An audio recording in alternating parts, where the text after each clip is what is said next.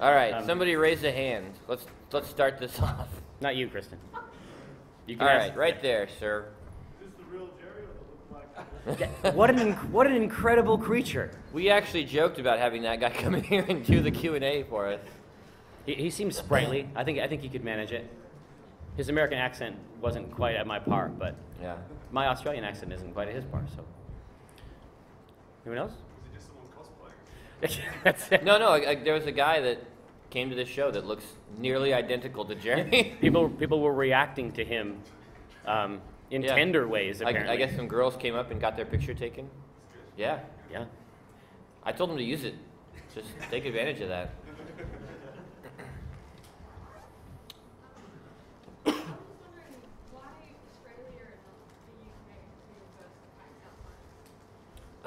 The UK actually already has some very good gaming shows like this. That's not to say that PAX wouldn't be well received over there or that we could do something different, but Australia didn't really have a show like this, and so it made a lot of sense. Yeah, but also we put up a poll, and Yeah. the results from the poll. I mean, so it's in Australia by and large because Australians said that we should do it, and just again, like globally, no one responded.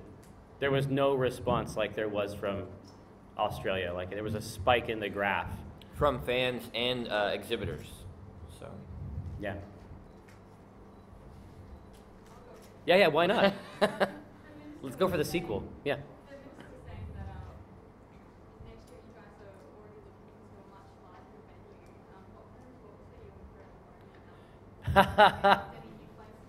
We are not in any kind of talks. they don't let us into talks. Yeah, I mean, I know that we don't want to be here in this venue forever, but in terms of talks, no, we don't. yeah, I mean, generally speaking, so we have seen all of the PAX shows. You know, we have been in attendance at every one, and generally speaking, it doesn't stay. I mean, Boston was this way too. It doesn't stay in its first venue, but the main thing is to get a show planted and to gauge what people want and need, and then just every year try to improve it. And if you look at Prime and if you look at Boston, that's been the arc. We have to do that first show, and it's not always in the greatest venue, but we have to do that first show to see what the city needs, right? And then we just sort of grow into that city. Yeah, I'm collecting people's experience with PAX, so I'm really curious about what's your strangest, most awesome or surprising story you've had from PAX Australia?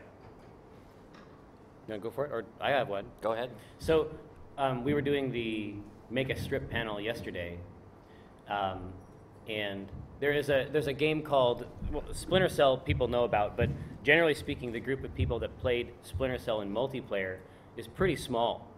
Like it got to the point even in the U.S., like on Xbox Live, where we basically knew every person that played the game. Like the community of hardcore, constant Splinter Cell players was small enough to know everybody in it. And one such player was at the show, and he asked if I could come and play the game, like if I could make time and go over to the expo hall and play Splinter Cell, because this is the first time the Spies vs. Mercs is coming back, and this is the first time it's been playable. And I was able to do it. Like it took a long time. Like as soon as the panel was over, like it took me almost 2 hours to get from there over to there, but I got there just in time, and I was able to actually relax and play a video game with someone who really wanted to play it. And so the entire round we were just at each other's throats. Like it was awesome. Like it was like attending PAX in some ways, which is something that is We've not never done. That's not something that's not on the docket. And I'm not complaining. I think it's much more important that there be a PAX, than that I be able to attend it fully. But that was exactly the type of human experience that I will carry around for a while.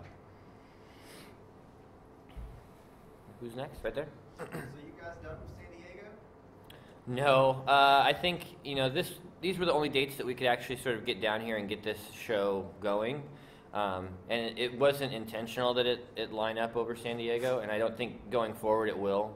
San Diego is really the only show that we still do besides PAX. We've cut everything else out of our schedule. Yeah, we've done it like 13 years, I think. Yeah, it actually feels very strange not to be there right now. So yeah, we'll be back. Have your attendees managed to crowdsource, I should say, a form of entertainment for themselves that you guys didn't really expect them to? Like yesterday, they gave out a whole bunch of Plants vs. Zombies blow-up balls, which were being bounced around over the crowd. And then before people got let in, they ended up turning it into a game to see how many people could hit that ball over the top of your PAX mat. Just sitting there. No, The whole crowd would just cheer. This happens at every PAX. this happens at every PAX. Yeah, at Prime, it's pipe cleaners. Like the, pipe cleaner sculptures is the thing at PAX. Throw those in the lake. Yeah. Yeah, it's Like incredibly like a three-dimensional Link sculpture out pretty of pipe amazing cleaners. what people do, yeah. So yeah, I think that's what happens is that you give, if you pile a bunch of gamers together in a place, it won't be long before they are amusing themselves in some way.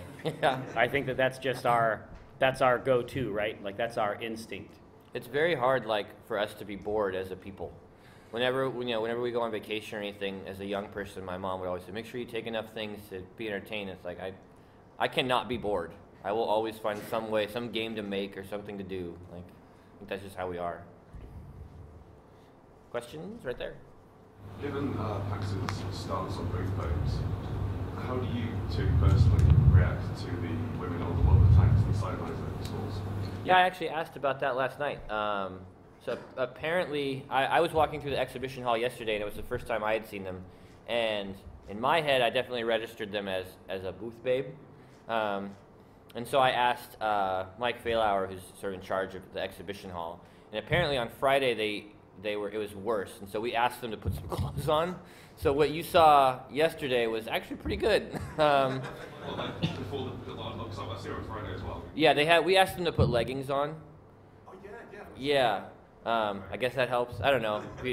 God forbid we see a woman's leg exposed. Or the ankle. Or the ankle. Ooh, tantalizing. Yeah, I mean, we definitely do our best. It's just, it's such a part of shows. It's so common that exhibitors don't understand. Like, a lot of times we'll say, hey, no booth babes, and like, okay. And then when they get here, we're like, hey, put some clothes on. And they're like, what? I don't understand. Yeah, right? they think that we don't mean it. Yeah, and they're wrong. It's a constant thing that we have to work on. So. It's an educational aspect, and it's just like on the exhibition side of the equation, I think that it's like a checkbox. Yeah. Like I think it's just an assumption that it's like something it's that they the have part to of a have. show for them. When But they don't go, have it. just It's do like, motherfucker, you have a tank. Like, I'm that's plenty. Like I don't have to see a tank and a leg. Yeah. Like I am perfectly satisfied with your awesome tank in terms of spectacle. That'll do. Yeah. So yeah, it's just a process. They seem like very nice ladies, though. So.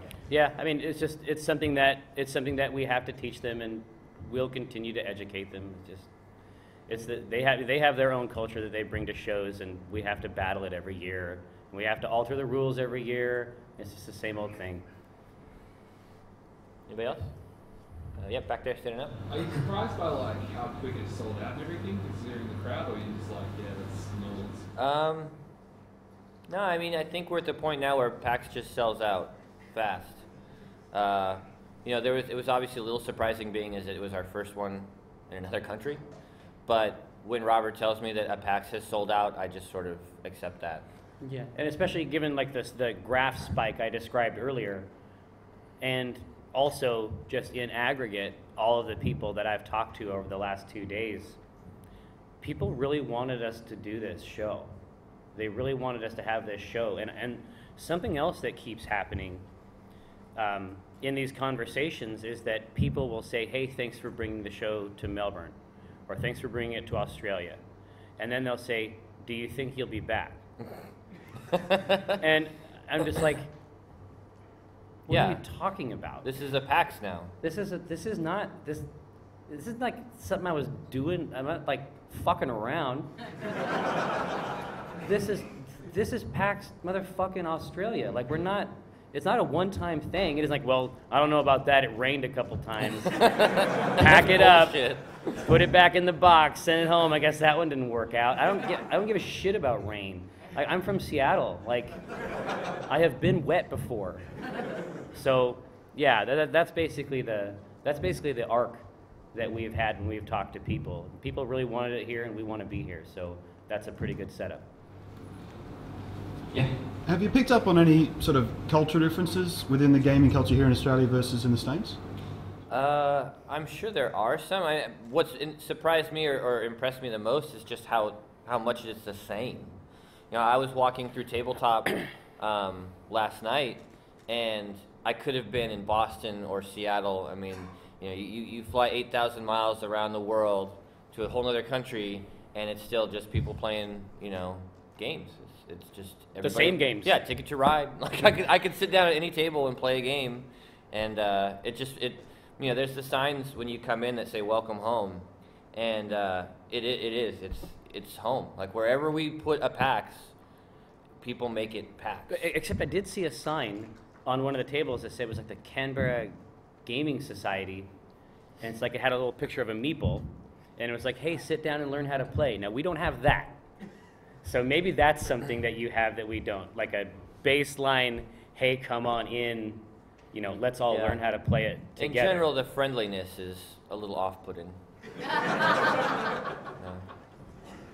Little scary. Is there a hand back there? I can't see. Yeah. What were some of the biggest challenges you had to overcome, specifically organising this in Australia? You are probably under some misconceptions about our role. We don't plan or anything like that. We're sort of, what would you say that we are, figureheads? Mascots. Mascots.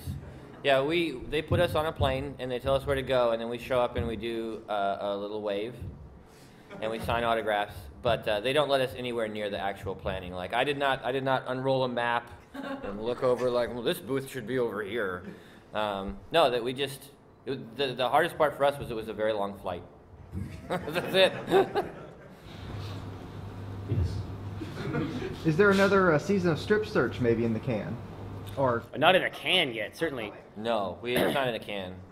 A box. It's in a box. Yeah, a crate. No, as far as Strip Search goes, I think that it's something that we really want to do, and a lot of the conversations that I've had with people here have to do with either the Dungeons and Dragons podcasts or live shows, and Strip Search. Like a lot of them, like the vast majority of the conversations I have to do with things that are not Penny Arcade. It seems like it was very popular. I think that there will be a second season, but it's not something that we've started planning yet. I will tell you a very funny story though. At PAX East, I was walking through the exhibition hall as they were setting up. So the only people that were in there were exhibitors and people building their booths. And a person came up to me and stopped me and said, "Oh my gosh!" And I was like, "Yeah, this happens, you know." And they said, "You're one of the judges on Strip Search." It was awesome. Yeah, in the back there. Do you think that bringing PAX to Australia will help our esports scene and help it grow as a community onto like the larger stages? God, so did you see the crowds that were around the Riot booth? There is apparently a hunger for that shit. Like I was when there was an ace or something, like I could hear them in the big top, like it was nutballs. So is that something that you're trying to get sort of bubbled up here, or? Yeah, well, we've been sort of on the back burner for esports for many years because of our internet not being that great and people just think of us as the throwaways. So in Australia, so we're trying to build it. Oh. Well, I don't see there's no reason why that couldn't happen. I mean, Yeah. I'm overjoyed that Riot decided to come as big as they did. So I mean, they have actually hosted just by way of explanation, they have hosted qualifying rounds at PAX before.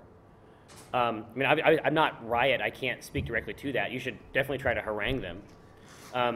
But this would be a really great place to do a local qualifier and drum up interest. I mean, there's already plenty of interest, but if it became an official thing, like, I think that they would probably be well served by that.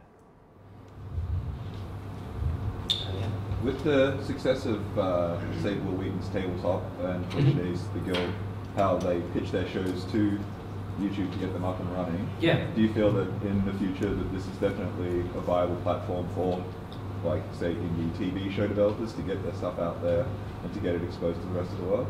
Did everybody hear that? Maybe? All right. So he's wondering, like, especially when you look at the Geek and Sundry stuff, like the Guild and Tabletop, like, is YouTube a sort of a legitimate, viable venue to pitch shows? And I'll tell you, like, so as a dad, you know, my son almost exclusively watches YouTube. I mean, if he watches a video of any kind, like, he has access to Netflix and, right? He has access to the things that we might use to watch shows and video. Young people watch YouTube. Yeah, they don't really watch TV, and TV is dumb, and they don't understand TV. Like, they don't really understand that shows come on at certain times. Like, they refuse to be caught up in that tyrannical mess. The idea that I'm gonna sit at a specific place and wait for the magic pictures, no, they do not do that. And so shows like Tabletop and the Guild, and the Guild is on YouTube now, but I mean, Felicia started that. She was doing her own thing for a super long time. I mean, before she had funding, she was just going hard, right? I think that YouTube is probably already a viable scene for personalities, and then personalities that expand into different types of video shows. A lot of them tend to be sort of slice of life or sort of mini personal documentaries and things like that, but there's no reason that it can't be a viable aspect for actual programming. There's absolutely no reason.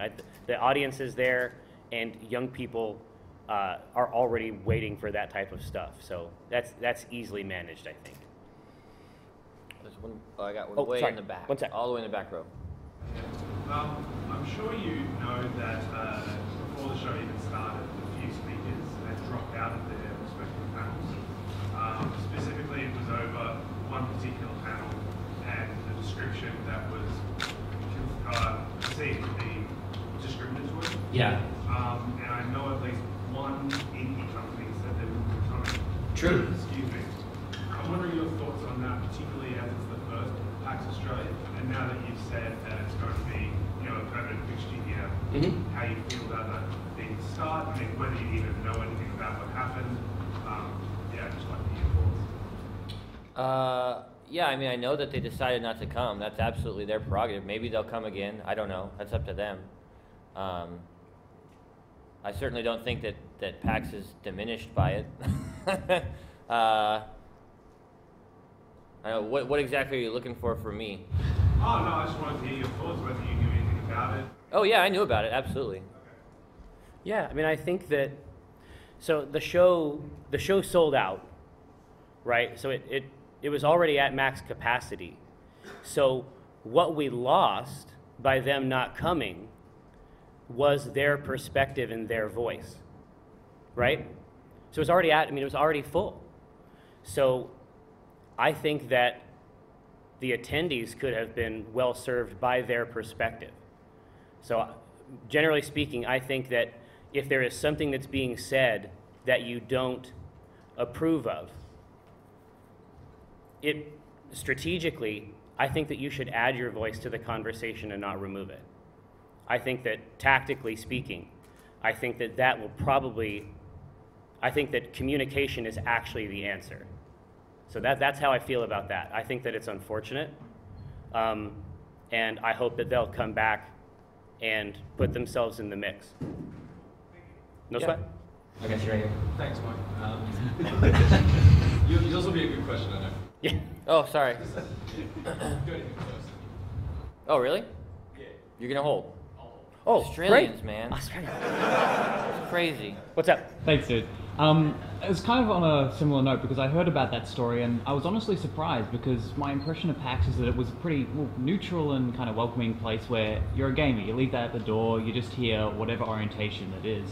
And I just wanted to get your view on whether you feel that this is a queer-friendly, welcoming place for any gamer. I think it is. Yeah, I mean, we try very hard to make it that way. I mean, I couldn't tell you. I'm not coming into PAX from that perspective. Like, I can tell you that on our end, we try very hard to make it inclusive to everybody, right? I mean, when you see the sign, like I said, welcome home, like, we really mean it. Like, we want everybody to feel welcome here, regardless of what you think about Penny Arcade or the comic strips that we make or anything like that. Or PAX is separate, and PAX is a place where any gamer can come and should feel welcome. Yeah, and I've certainly heard that from attendees.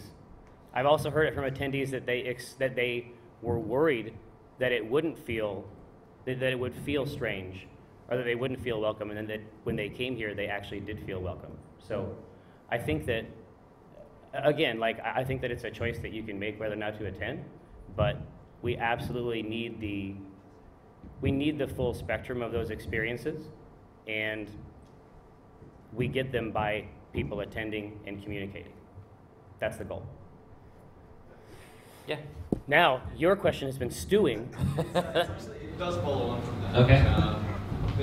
Okay, so I don't know if you agree with the premise that there is a problem with, in gamer culture broadly, for example, YouTube comments and even in the broader Penny Arcade community online, that there is a problem with, say, transphobia or homophobia that exists, whether or not it's the majority. Do you think maybe the influence that the two of you have over the community broadly means that it's your stance or your take on the subject has a rather large impact on how the rank and file, as it were, behaves? Do you think that maybe it is you guys are mascots for that as well? I would hate to think that we are somehow responsible for the behavior of a community as large as gamers. I know that it hasn't been my experience that gamers is like a homogenous group. Like, no, I'm saying that I don't think that they can actually be guided in that way. I think that there are a lot of different perspectives inside that mix. I mean, I know that for me personally, like, that when the two of us started Penny Arcade, like, we're just making comics about video games because that's what we like to do, right? We're certainly not role models. We're not even especially nice people most of the time. But as Penny Arcade grew, we started to realize that we had this power, right? And sort of in Spider-Man style, with great power comes great responsibility. We didn't ask for it, but it grew, and we have it. And we try to do the best that we can with it, right? And so that's where things like Child's Play come out of it, and things like PAX. Like, PAX is a place, and Child's Play is a thing, and all this stuff that we do is great, and we want it to succeed regardless of what assholes we are, right? And so we try to, I guess maybe it's an attempt to counterbalance us, right? Like in a karmic way? Yeah, like, we try to put as much good out there as we can, because we know that we're also putting out a lot of shit. Like, Penny Arcade is caustic and sarcastic and mean and violent, and we recognize that, but we also try to do a lot of good stuff as much as we can, right? So, different topic. Sequel. Yeah, sequel. I actually missed out on the 3-day tickets and all the 1-day tickets because of a nervous breakdown, so thank you everyone for your work on depression as well. Oh, but I'm a news producer in the business section of my newspapers. Oh, wow. And I created the gaming section of our newspapers and wrote 3 months of content in about 2 days. Oh, just to plant a flag, basically? Yeah, worst credentials to be here. Nice. To meet you Jeez. guys. Can I hang out with you backstage at some point? after this, let's talk. Thank you so much. No problem. We'll try to make you feel marginally better. Any other questions? Yes. You were talking before how the strip is generally very caustic and very aggressive, but things like Child's Play and PAX are very deliberately family friendly and open. Well, sure, do you find it difficult to? No, because this is the deal, right? So he's saying that, like, we have these two aspects. That the Penny Arcade means a lot of different things, and the reality is that we're whole people, right? Like, we're not icons, right? We're not like rudimentary symbols of people. Like, we're actually entire personalities. And as a result, like, I'm not sure that we're especially well suited to public life. You know what I mean? Like, we were not designed in a wind tunnel. We have a lot of bits, not the ones you're thinking of. Those two, though. They're there, yeah. But there's edges, absolutely. And just the people that we are manifest in these different ways. So it isn't especially hard to balance them, just because they're all contained inside the people that we are. I mean, that is the balance right there. Like, that is the balance of the people we are. We have these drives, and they exert themselves. You know what I mean? Exactly what I mean. Yeah. You have occasionally sort of crashed into those two opposing forces, like with the Dick Wolves incident. Yeah. So does it sort of upset you in any way as a creative person to have to almost censor yourself to make the upset portion of the people who say you can't make jokes about that?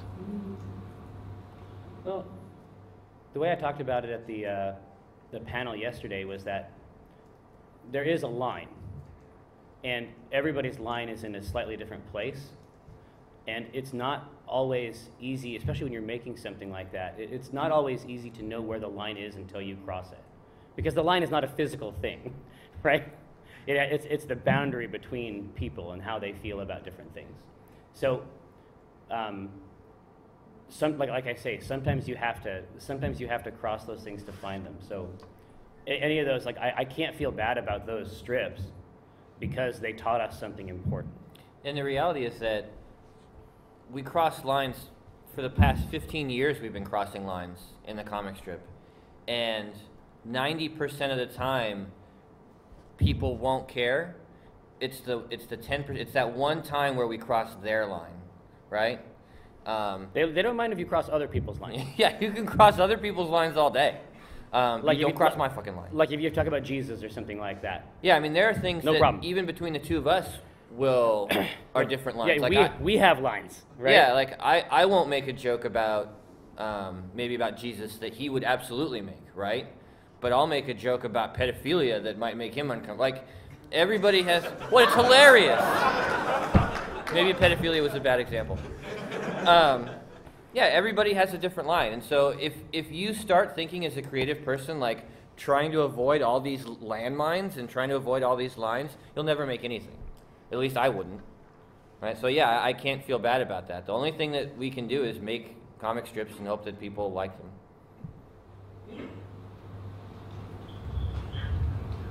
Is that it? We good? No. Hi. As an editor, I have some questions about the report, if you can answer those. Sure. Do my best. I guess I'm just wondering how the funding model works, because, I mean, you talk a lot on the report about you don't write the traffic, you write the content. So is there going to be a point where you will not do the report because the traffic is so low?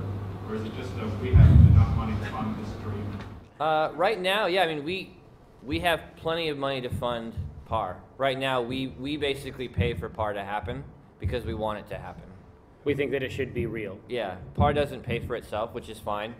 But maybe someday it will. But that's not really a concern. I don't care if it does. Maybe it never will, but we'll keep paying for it because I want it to exist. Actually, I was just wondering, because it's just a strange business model to live in.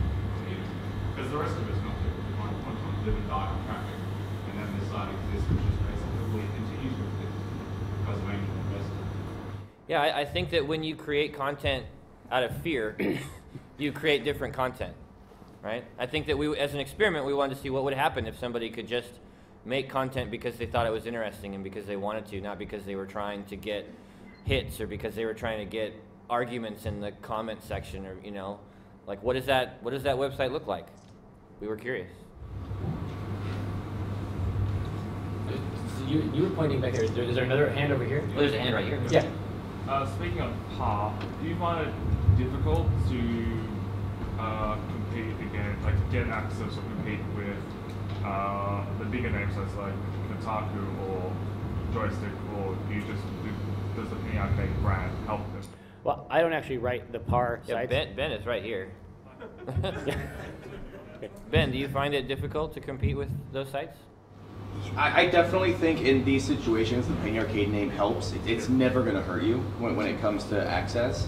But I've been reporting on games for 6 or 7 years before I came onto Penny Arcade at Ars Technica, which is not a small publication. So I think, yeah, the Penny Arcade name helps, but I never had a lot of trouble getting access before that. Yeah. But yeah, I definitely take the name out for a test drive every now and again when I need an extra push. As a reporter, you have to use every advantage you have, and I'm not above using that as a blunt instrument. Yeah, I mean, we hired Ben specifically because he knew his way around.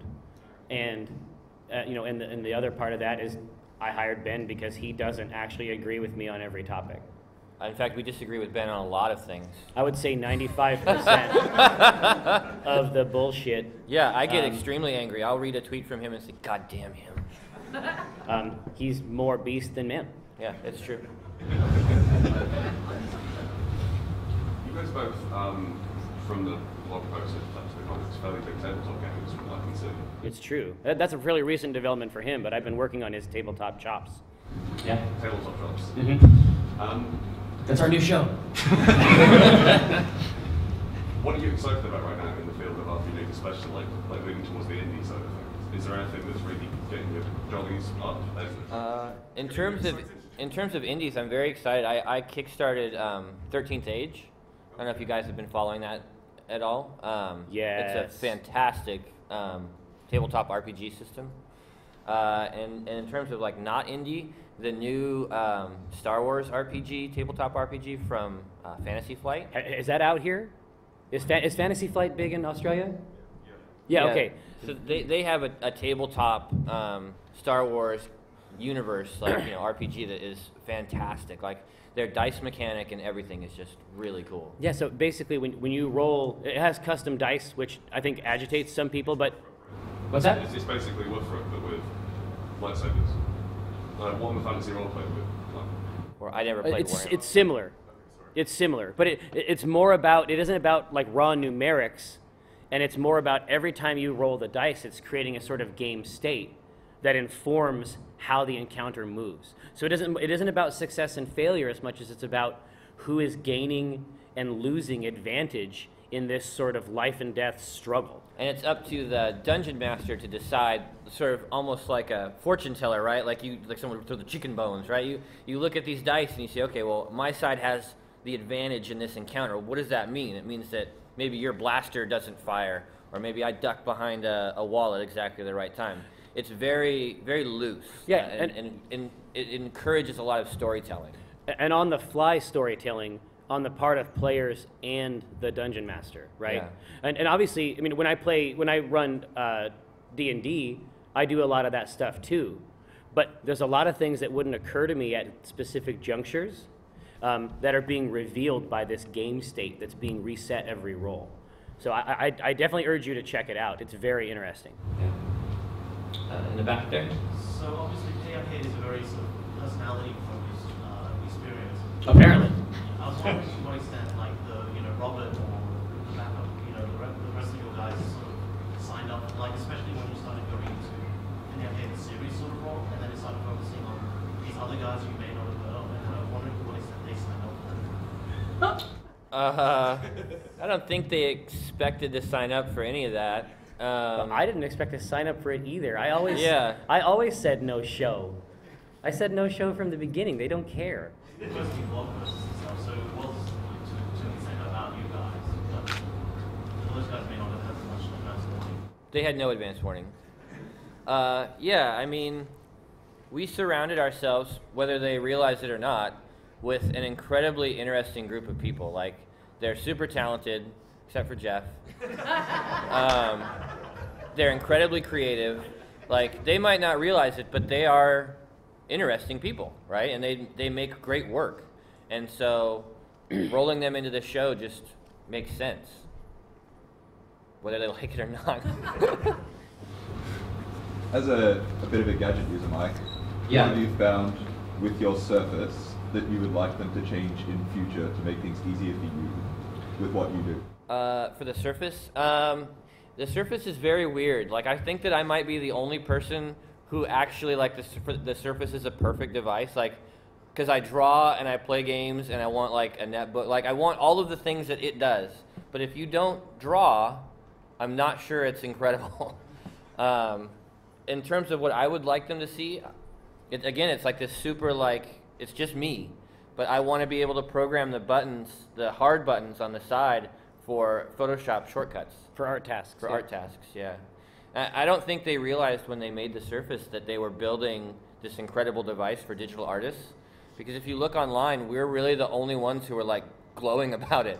Like, all these comic book artists, all these cartoonists are using this device, and Microsoft had absolutely no idea what they built. Well, yeah, and if you look at, I mean, apparently it was $1 billion advertising campaign that is basically nonsensical. It's focused on breakdancing, which is great. I haven't done any of that since I've had the device. I don't know if you're supposed to breakdance on the device. Like, I don't know if it's a haptic breakdancing controller. It might be. But it is a very weird situation for them to have made this kind of investment and made this kind of device and not really understood who it was for.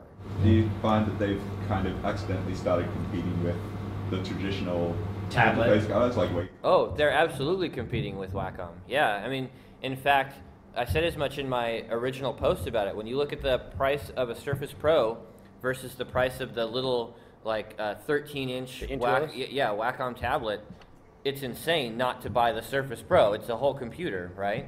And I think Wacom realized it too because they've just announced their own tablet that's coming out. Right. So that'll be very interesting. Well, so did you have a chance to see the Make a Strip panel? Yes. Okay, so we have done Make a Strip panels for years. Generally speaking, our friend Kiko brings his laptop, and then we hook up a huge tablet. And then you have like a VGA, you have like a chain like this coming out, and you're trying to match the right resolution. 90% of the time, I'm drawing at an uncomfortable resolution so that it will display properly on the TVs. Right. And then the strip that's being created, under these conditions and with these tools, typically is a little bit more rudimentary than a regular strip. But at the panel, he was able to make like a complete pinnercade strip with the art and shading and everything that he wanted to do in an hour. And all I have coming out of that is HDMI. It's one plug. It's one plug, and it just works. Like, it's still built into my schedule, an hour for tech time, because that's how long I used to have to show up an hour before every one of those panels just to get all that computer shit working. It's one plug now that I plug in. And it's done. Like, it's very, again, like there may be one person this device is for. I'm the only person who needs this device, but I love it. It's really, really for him. Yeah. Yeah. How are you finding Melbourne as a city? Let's see. So we flew in on Tuesday. We flew in on. We left Sunday. We left on Sunday and got here on Tuesday, as you know, and we started doing setup here on site on Thursday. So the days before were pretty incredible. Like, this is a really interesting town, and it's purposeful in a way that my town isn't. Like, I really like living in Seattle. I finally like it's the first town that I lived in where I was like, hey, this is actually my city. Like, I live here. I feel some ownership over it. But this town, it seems like people made it on purpose, whereas my town seems like a mess. It seems like just a pile of buildings, and I'm surprised that anyone ever thought that it was a safe or good thing to do. Yeah, we don't, like, your tram system, Seattle doesn't have anything like that. Like, we have the South Lake Union, which will sort of take you around there, but I was able to get on a tram at my hotel that took me right to the zoo. Like, you don't understand, it's weird. We don't have that. No, Melbourne is weirdly good.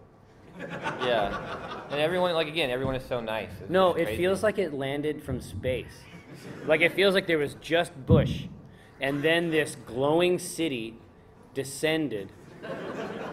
It's odd, and so I'm actually here until the 23rd, and then we fly out to Sydney for another week. So when PAX wraps up, I'm really excited to dig in. Anybody else? Yeah. Have you guys ever considered what's going to be what's going to exist beyond your lifetime? Could there be a Child's Play 100 years from now, or even a Penny Arcade 100 years from now? Oh yeah, I think about my own mortality constantly. and what that would mean for my creative works. Yeah, I mean, our goal, and people sometimes don't believe us when we say this, but our goal is that when we create something like Child's Play or PAX, and actually, PAX is a great example. How much Penny Arcade branding do you see here? Like, it's not the Penny Arcade Expo, right? PAX is actually a separate thing. Like, we want things that we make to exist regardless of Penny Arcade. In spite of Penny Arcade a lot of times, right? And so, yeah, I hope that there is a Child's Play in 100 years. I hope there is a PAX. You know, I hope that there is a Strip Search or whatever. I hope that there is a Lookouts. Right. Right? That there is a Sand, that there is a New Kid, right? Our fantasy for this kind of stuff, and again, people generally speaking don't believe it, but this is our motivation. This is what's true for us. We want to make something like that and then just push it off the dock. I mean, to us, being being ubiquitous and anonymous is the goal. Like, that's the fantasy. And it's a tough trick, but I think we can do it. We've had the conversation. I mean, ideally, I see us turning the strip over to a young artist and writer team at some point. Like, you know, I'm not going to be. I already feel old. Like, somebody asked us about what was the comic they asked us about in the panel yesterday? It's a long panel, man. No, the other comic strip with the trolls. Oh, Homestuck. Homestuck. I don't know anything about Homestuck, man. Like, at some point, I'm not going to be 60 years old making fart jokes. Well, I probably will, but I don't know that I should be, right? Like, or maybe not post them. Maybe not post them. Yeah. Like, at some point, I think Penny Arcade will be run by a younger team. Like, and I would love that. Like, let me go off into the woods somewhere and just make children's books. Oh, that would be awesome, right? Or finally do the Automata graphic novel. Like, yeah, there's no shortage of stuff that we would love to do. Just on the topic of looking at the future again as well, we're now really starting to see the first generation of adult gamers who are now becoming senior citizens as well. We're going to have a big first batch of senior gamers that we've never really had before. Can you see then, as you guys grow up, aspects of Penny Arcade Expo changing to reflect that? More wheelchair ramps, I guess. Yeah, or hover chairs. Hover chairs. You know, this is a funny thing. So, you're not wrong. The idea that we're going to have senior gamers, and they're going to turn to electronic games specifically, but my grandma, and I suspect your grandma, seniors actually play a ton of games. Well, no, they tend to play incredibly sophisticated card games. Like, I had Brenna's grandparents tried to teach us Pinochle, and I gave up. This is a game that combines incredibly sophisticated numerics with these really complicated social signals. Like, they're already gamers. I mean, the only thing that's going to change is the types of games that they play. But they are playing games that are too hard for me already. Like, now they're doing it like that. So, yeah, I think we got to give these people some credit. They're playing some hardcore shit. We just don't recognize it as that. You know what I mean? I definitely would like to see, like right now, more and more of us are becoming parents, obviously. And I think there's space in PAX, in all the PAXs, for more sort of children's content, like spaces where you can go and see learning educational games and stuff like that. I would definitely like to see that expand at PAX. That's been a fantasy for a long time. Yeah. Luckily, we know the people in charge, so we can probably make that happen. Not in charge. Yeah. I suppose touching base a bit before with why Australia instead of the UK. Yeah. Why did you choose Melbourne as opposed to any other state in Australia? Like, what made you bring PAX here? I have no idea. Kristen, do you know? Victoria was very involved in working with us. They really wanted us here. Yeah, that's a big part of it. Like, they've got the beautiful the convention center that is not even 100% finished yet, and we're hoping to be able to move into there. So they had space for us now. They wanted us here, and we had space to expand. There's sort of a courting that happens where with a prospective city. So like a big part of the reason we're in Boston is because Boston really wanted the show, and Boston is willing to help us out, right? And so it sounds like Victoria. Melbourne, Victoria was just wanted the show. But that's right. But there's also a new center. There's also a new venue that's still being constructed. And so when you start the show, like this sort of actually loops back to what we were talking about before, is that you plant the show and then you figure out how the show can grow from there, and the town has to have a path to leapfrog into different venues, right? And so when you plant the show, like you have to think about how the show is going to be like in 5 years. Yeah. And I feel like that was a big part of what made the matchup happen, is that we can see PAX growing here. We can sort of see how it levels up basically from venue to venue. Plus, it's just cool how they say Melbourne. Yeah, Melbourne. It's Melbourne. The necromancer. Oh, sorry. Go ahead. Given the fact that state governments in Australia have tended to try to coach each other's events, like Sydney tried to, I think Adelaide tried to push the Australian Open once. Do you think PAX Australia will stay in Melbourne, or like PAX Prime and PAX East? The plan is to stay here, yeah. Yeah, I mean, there's no good reason for us to still be in Seattle, other than the fact that we like it there. Like, it's by my house. Yeah, there's much better places. Like the city itself doesn't especially treat us very well. The convention space is getting too small. Like, we should absolutely move, but we feel like that's PAX. That's where PAX is, right? That's where it needs to stay. So this is where we put PAX. So no chance of going to Sydney. I don't think so. No. It seems like the Melbourne Sydney thing is I very don't want to start real. a fight. It gets very tense right away. Yeah. Chris has 3 more questions. 3 more questions? Sure. Okay. Any questions in the back there? Oh yeah, right there. Speaking about you guys expanding PAX, is there any thoughts of maybe doing something like a DreamHack-esque style thing and putting on major competitions and flying people in from all over the world, like your major teams, and playing them here in Australia for all rounds? You crave these esports. I think that going forward, esports will become a bigger and a bigger part of PAX. There's definitely, I've heard a lot of talk about that. I don't think we're ready to say anything like, put anything in stone right now. Yeah, I mean, but generally speaking, PAX has the things that we want, like up here. Yeah, like that's what we contribute to PAX, right? Like, we're the sort of the cultural side of it. And esports is something that we both really enjoy. Yeah, we've started to get pretty seriously into spectating LOL matches, and you know what I mean. Like, it's something that I love to see. And then when we saw those qualifiers for LOL at PAX Prime, it was just electric. Like, it blew up. It was truly crazy, the amount of enthusiasm. Yeah. So I would love to have that be a part of the package. Absolutely. 2 more. Yeah. What do you think about like Saints Row 4, like us displaying adult games behind sort of closed in the black curtains? It's really interesting. Yeah, I mean, we don't have that in Boston or PAX Prime. I like it.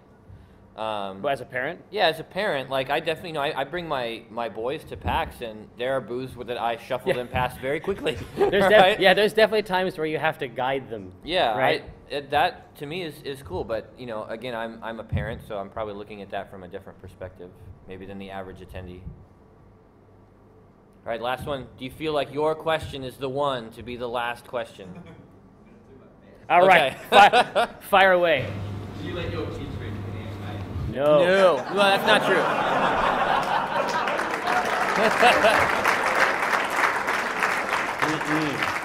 I let Gabe read one series, and that was a series that we did about his game. Oh, and we also did a 2-part Twisp and Catsby strip for the kids. Yeah. We did a series of comics about an RPG that my son made called Lost Lands, and I let him read that series. But other than that, God, no. No. Age appropriate. M-rated. Yeah, a lot of times I actually go into my son's elementary school and I teach cartooning to different grades. So it's like, for us to be grades like kindergarten through 6th grade. and all the kids want to know, what cartoon do you make? What cartoon do you draw? Can I go look at it? And I just say, absolutely not. Yeah, Family Circus. I draw Foxtrot. Garfield. All at the same time. Thank you Thank guys you very very much. much.